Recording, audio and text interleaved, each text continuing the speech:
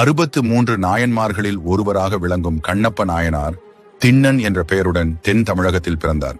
வேட்டுவர் சமூகத்தை சேர்ந்த இவர் சிறு வயதிலிருந்தே காடுகளில் வேட்டையாடி வந்தார். ஒரு நாள் திண்ணன் காடு வழியாக சென்று கொண்டிருந்த போது ஒரு பழைய சிவலிங்கத்தை பார்த்தார். அது ஒரு சிறிய கோயிலில் இருந்தது. அங்கு பூ தீபம் எதுவும் இல்லாமல் வெறுமையாக இருந்தது.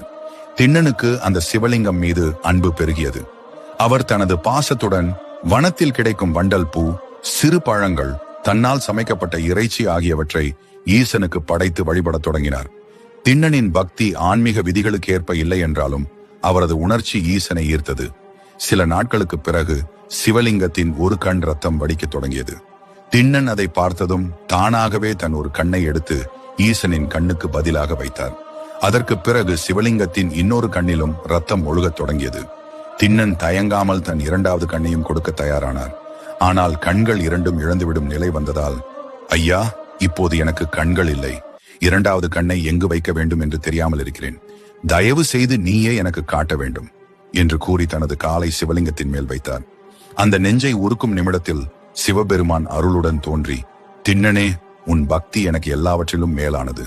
தன்னை முழுமையாக அர்ப்பணித்த நிஜ பக்தன்